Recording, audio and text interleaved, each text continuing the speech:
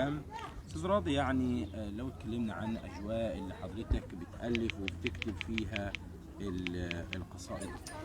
استاذ عمار، يعني موهبة الشعر، الفنان الموسيقار، او حتى صاحب الصنعة الاحترافية اللي بيهواها، اللي محتاجة دقة وتركيز وصفاء روحي.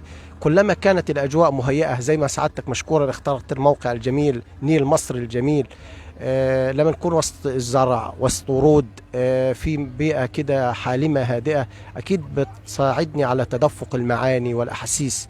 أكيد بيكون أكتر يعني مناسبة من مكان به ضجيج أو به تشتيت فكري أو ذهني. لكن القصيدة لما تأتي في أي وقت وفي أي مكان وفي أي زمان. اتفضل استاذ راضي، لو هنغني قصيدة المدنة والجامع والكنيسة. نقول صباح الخير. صباح الخير على المدنة، صباح الخير على الأجراس، صباح الخير على شمسك، على نيلك، تاريخ أهرامي يغنيلك، صباح بسام بضحك الورد متعطر، صباح رسام سماكي بفرحة بتمطر ونبض القلب يدعيلك.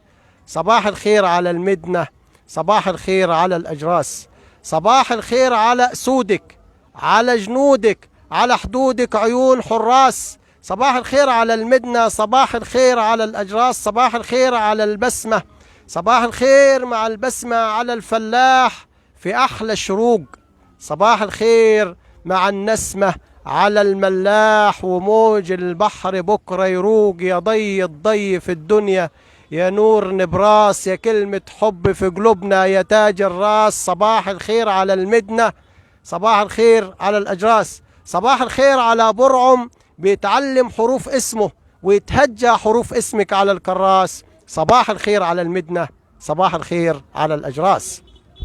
صباح الخير على المدنة، صباح الخير على الأجراس. متابعي ومشاهدي موقع بصراحة الإخباري، رصدنا لكم في بثنا المباشر من محافظة السوهاج كلمات الشاعر راضي علي الضحضاوي، صاحب قصائد شعر العامية والفصحى، واستمعنا لي جانب من شعر العامية في مدح ومواقف رجال الشرطة بمناسبة عيدهم 71 النهاردة 25 يناير 2023. كل سنة ورجال الشرطة طيبين وبخير وصحة وسعادة.